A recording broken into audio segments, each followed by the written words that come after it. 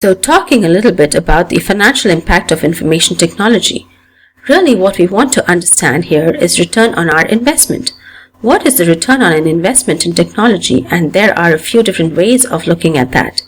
One of the things that we generally agree on is we want to reduce our fixed costs.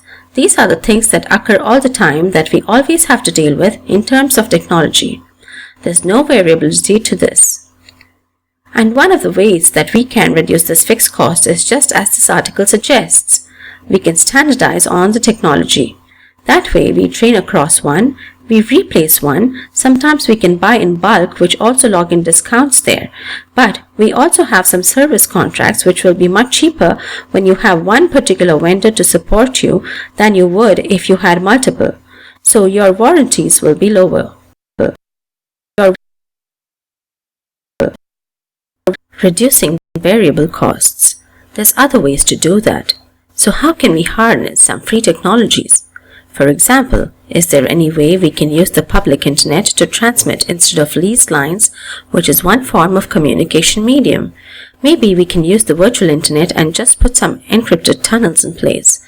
And if we want to innovate, we can crowdsource and reduce our costs. The flip side of reducing costs are to then increase revenue. That's the other way of getting a better return on our investment. There's lots of ways to increase revenue.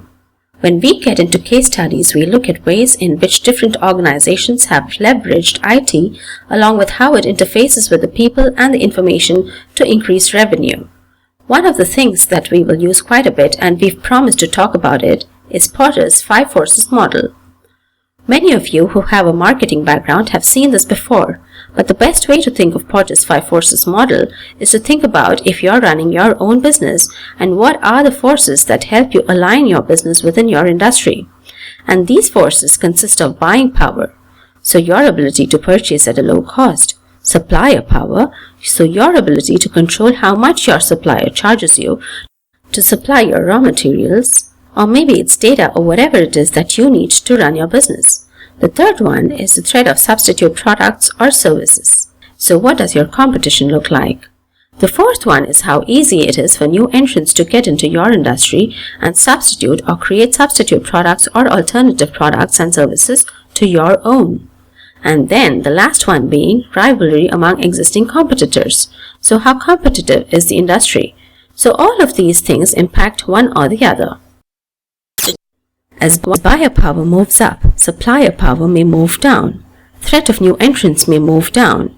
They all impact each other in a variety of ways.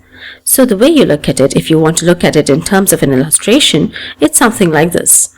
You can see there are forces that are acting upon each other. As one force increases, the other ones will contract in some way.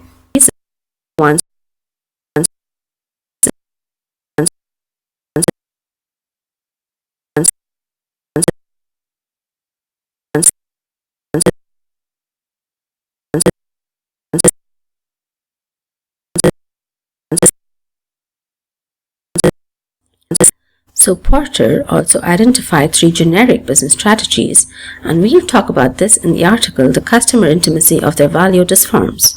He's calling them business strategies.